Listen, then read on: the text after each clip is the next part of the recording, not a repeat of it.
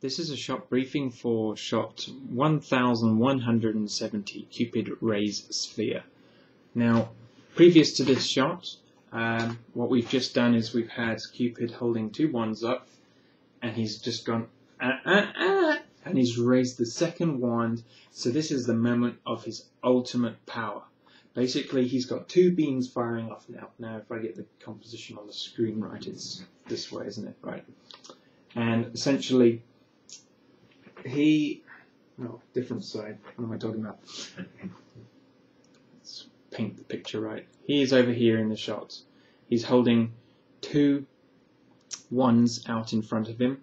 One of them is pointed at Death, holding her an attractor beam. So he'll hold it out straight like this. And imagine that he's pulling on a tugger rope, trying to pull this tractor beam towards him, and Death is attached. And throughout the duration of the shot, Death is basically in this pose where she's kind of hanging on for dear life from the chair, trying not to be pulled off it. And she's just kind of, I think she may actually have her right hand up on the right arm. Let's check the poses in the shots around it just to confirm that. But basically, she should be pulling away at the chair like this. But she's not really the focal point of the shot, so don't go too crazy on her. Then down in the corner, kind of this part of the screen, Devil is floating. Ignore the chair now. That's just in the background. And he's just kind of a little bit like this. But don't go too crazy, because again, it's not the focus of the shot. He's just watching as the sphere gets lifted up by the demon hands, and that's the focus of this shot. Essentially, raising that second wand that Cupid was holding has summoned the power of the demon hands, and in a previous shot we might see them whip past him quickly, but this is the shot where they go to town, and basically they come in underneath the sphere. Imagine that this is this big shape here, and each hand plants itself underneath the sphere like this and starts pushing up. Now, there's only one hand, there's no body attached to it.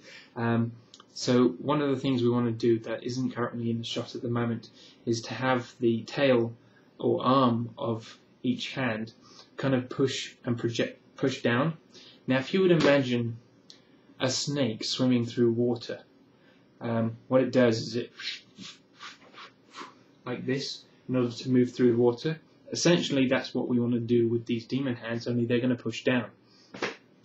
Probably the smartest thing to do is to animate just one of these demon hands doing this, and then copy the animation onto each subsequent demon hand and create some variations of it, rather than trying to block out every single demon hand all at once. At the moment, I think that the tails are kind of whipping around in all kinds of directions, and it's not really putting the point across that they are pushing up. So the important thing is to have the hands underneath the sphere, and then down that arm, a kind of a whipping action that's not too broad. It might just be that,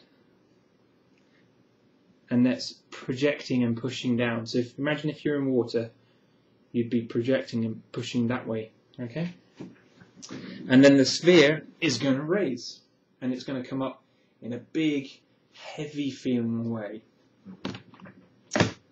And that's it really. The camera's going to pan up with them.